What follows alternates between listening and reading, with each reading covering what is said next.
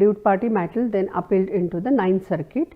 On appeal, the Ninth Circuit ruled the song was protected as a parody under the trademark doctrine of a nominative use and then the First Amendment to the US Constitution.